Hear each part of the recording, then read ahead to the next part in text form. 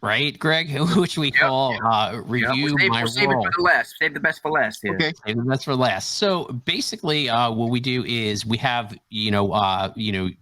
basically viewers of the show and listeners of the show. Some of them send in videos, and we got one here. Let me just pull it up real quick. We got one here. This is actually jiu-jitsu. Hold on. This is the jiu-jitsu. This is the jiu-jitsu brown belt. Let me back it up.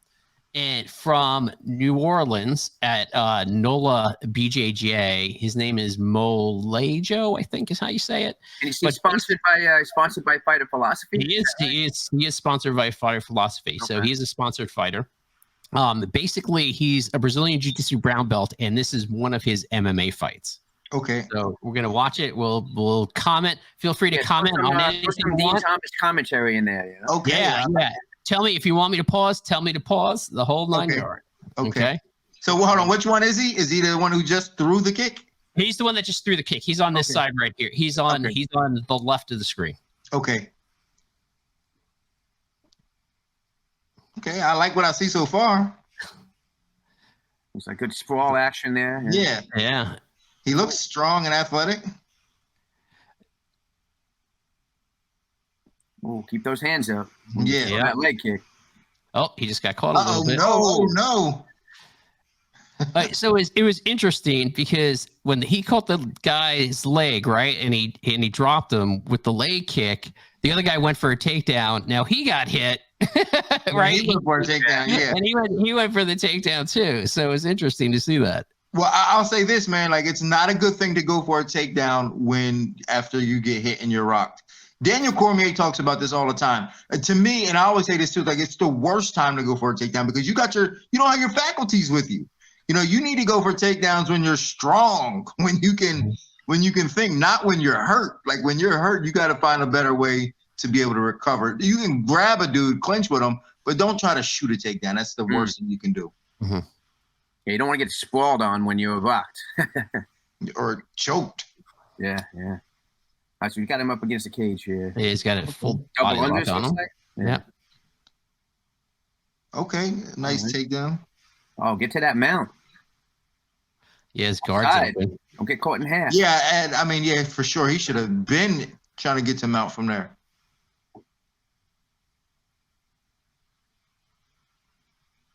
Oh, there we go. All right. Yeah, guy on bottom could have had him easily in a lockdown or a half guard if he. Yeah. Oh, take it back. Nice. Yeah. Okay.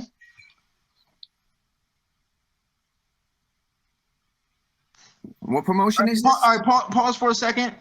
Yep. See, so this is one thing that I think jiu-jitsu guys have to learn from here is that, you know, so like right now he turned this into a jiu-jitsu match, and he shouldn't have because he's on top. From here, instead of turning it into a jiu-jitsu match, he should have found a way to immobilize the guy the best way he could and started punching him. And like that's what I think separates Khabib from everybody else. Is that Khabib just doesn't get on top of you and try to choke you. He gets on top of you and beats you up until he can choke you. And that's what this guy should have did. Like this guy was straight chest to chest the whole time. He's got great position on him. But the guy on the bottom, like if the round were to end now, the guy on the bottom would get up and be like, hey, no problem. But you don't want that. You want the guy on the bottom to get up and be like, God, that was a maul, and I wish someone come in and stop this. So like all jiu-jitsu guys out there, use your positioning to punch people. Don't use it, because they're going to use your lack of positioning to punch you. So use your great positioning to punch people.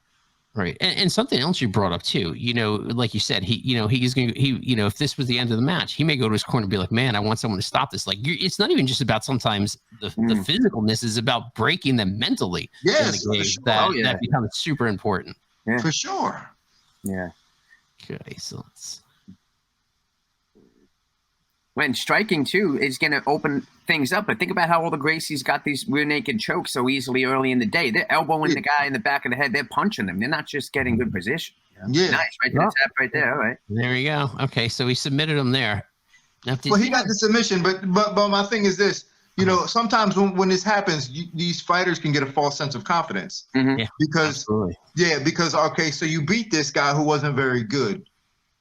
At the end of the day, like this, the guy he beat probably wasn't very good. But the goal is to be able to beat people at the next level. At the next level, you're not just going to take somebody's back that way and choke them. Like in the UFC, that doesn't work. Like you have to be able to hurt people. So like when you get position on people, you have to be able to hurt them, because then that softens them up and then makes them, you know, crappy fighters. But if they're not hurting, they're strong, you're just trying to outposition them, you're never going to submit a guy in the UFC doing that. You got to hurt them first.